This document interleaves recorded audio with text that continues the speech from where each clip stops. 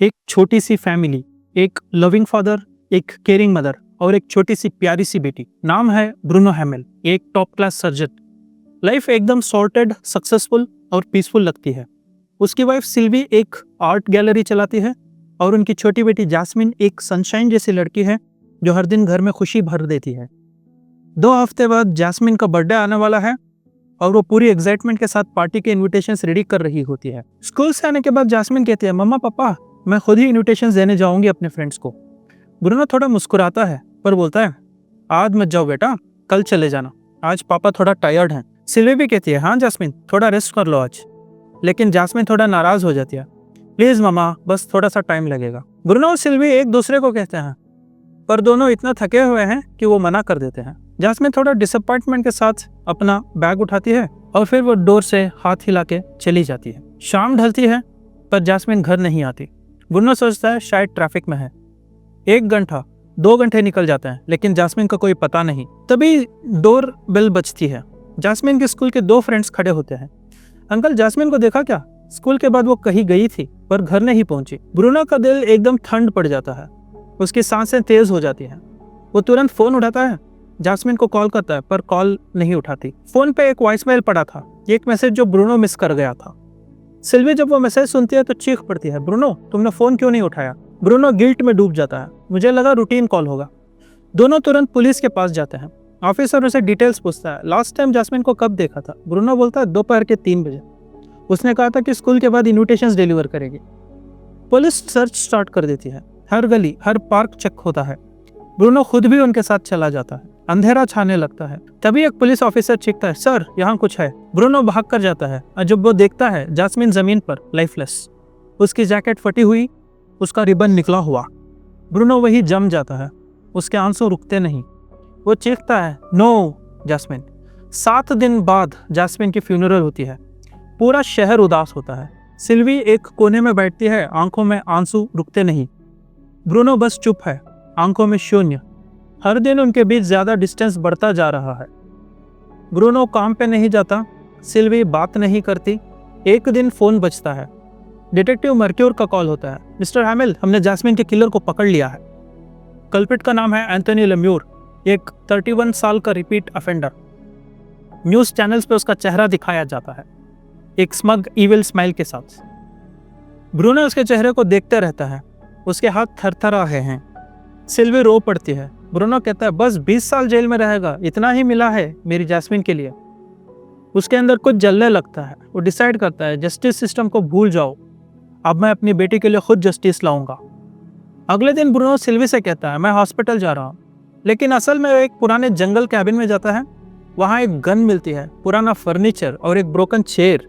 वो एक एक चीज ठीक करता है जैसे किसी ऑपरेशन थिएटर को रेडी कर रहा हो। उसके दिमाग में सिर्फ एक लाइन चल रही है, मैं जैस्मिन के लिए ये सब कर रहा हूँ।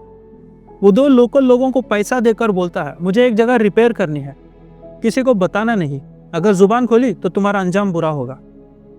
वो उन्हें हर दिन के लिए एक्स्ट्रा 10,000 रुपये देता है। ब्रूनो का प्लान रेडी है। एंथनी को ट्रायल के लिए ले जाया रहा होता है जब गार्ड बेहोश पड़ता है। ब्रूनो ने उसके ड्रिंक में ड्रग डाला था। एंथनी के वाहन ब्रूनो चुरा लेता है, उसे क्लोरोफॉर्म से बेहोश करता है और सीधा अपने कैबिन ले जाता है। डिटेक्टिव मर्क्यूर सीन पर पहुंचता है। एक कार मिलती है जिसमें ब्रूनो का आईडी होता है। मर्क्यूर कहता है, ओ गॉड ये ब्रूनो था। उसके दिमाग में एक ही बात घूमती है, वो अपनी बेटी के लिए कुछ भी कर सकता है। एंथनी आंख खोलता है, उसके हाथ और पैर बंधे हुए हैं। वो चिल्लाता है, प्लीज मुझे छोड़ दो, मैं नहीं था जिसने जैस्मिन को मारा। ब्रूनो कॉर्नर में बैठा है, आंखों में आंसू और गुस्सा दोनों। फिर वो उठता है, एक स्लेडजैमर उठाता है और एंथनी के घुटने पे जोर से मार देता है। एंथनी चीखता है। ब्रूनो चुप रहता है, बस एक सिप बियर का लेता है और कहता है, अब तुझे थोड़ा दर्द महसूस होगा। ब्रूनो सिल्वी को फोन करता है, मैं उसका घुटना तोड़ दिया जैस्मिन के लिए। सिल्वी शॉक में रो पड़ती है, ब्रूनो प्लीज घर आ जाओ, ये सब गलत है। ब्रूनो बस कहता है, मैं अपनी बेटी का कर्ज चुका रहा हूँ। डिटेक्टिव मर्क्यूर कॉल टैप करता है और कहता है, ब्रूनो मैं समझ सकता हूँ, मेरी वाइफ भी एक ठग ने मार दी थी। ब्रूनो कहता है, और तुमने क्या किया, उसे छोड़ दिया? तो क्या तुम्हें अपनी वाइफ से कभी सच में प्यार किया? और कॉल कट कर देता है। ब्रूनो एंथनी पे इंजेक्ट करता है एक पॉइजन जो इंसान को पूरा पैरालाइज कर देता है पर उसकी सोच और दर्द को जिंदा रखता है। एंथनी के आंसू निकलते हैं लेकिन वो बोल नहीं सकता। ब्रूनो कहता है अब तुझे वही महसूस होगा जो मेरी बेटी ने महसूस किया था। एंथोनी एक दिन कन्फेशन करता है, हाँ मैंने जैस्मिन को मारा और मुझे मजा आया। ब्रूनो उसके गले तक हाथ ले जाता है पर फिर रुक जाता है। वो समझता है ये मुझे अपने जैसा बनाना चाहता है। ब्रूनो फोन करके मर्क्यूर से पूछता है क्या अपनी वाइफ के किलर को पकड़ने से सुकून मिला? मर्क्यूर चुप रहता है। ब्रूनो कहता है मुझे भी नहीं मिलेगा। ब्रूनो टीवी पे न्यूज देखता है जहाँ एक औरत कहती है ब्रूनो का बदला बेकार है। उसी रात वो उस औरत को किडनैप कर लेता है। जब वो होश में आती है ब्रूनो कहता है तुम कहती हो ये सब क्योंकि तुम्हें अपने बच्चे के किलर का चेहरा नहीं देखा। वो एंथोनी के सामने उसे ले जाता है, ये लो स्लेजहैमर, खत्म करो इसे। वो मना कर देती है। ब्रूनो उसे लॉक कर देता है और कहता है तुम लोग माफ कर देते हो, मैं नहीं कर सकता। जब वो कहती है तुम जैस्मिन को हर दिन मार रहे हो उसे याद करके, ब्रूनो का गुस्सा फूट पड़ता है। वो उसे जोर से धक्का देता है, वो बेहोश हो जाती है। ब्रूनो उसे रास्ते पे छोड़ देता है और अपने कैबिन लौट जाता है। ब्रूनो कैबिन में अकेला बैठा होता है। उसे लगता है जैस्मिन सामने खड़ी है। कहती है पापा प्लीज रुक जाओ। ब्रूनो के आंखों में आंसू बहने लगते हैं। वो समझता है मैं अपनी जैस्मिन को वैसे कभी नहीं ला सकता। अगली सुबह जैस्मिन का बर्थडे होता है। ब्रूनो एंथोनी के पास जाता है और उसके हाथ खोल देता है। कहता है आज जैस्मिन का बर्थडे है, तू जिंदा रह के याद रखेगा।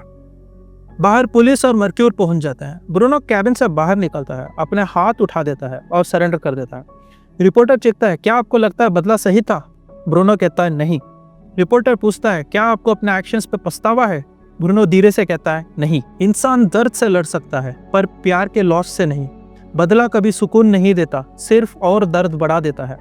और कभी कभी इंसाफ के चक्कर में हम खुद अपना इंसाफ खत्म कर देते हैं। भाइयों, अगर यहाँ तक आपने वीडियो देख लिया है तो चैनल को सब्सक्राइब करो, वीडियो को लाइक करो और हम ऐसे ही वीडियो लाते रहेंगे। शुक्रिया।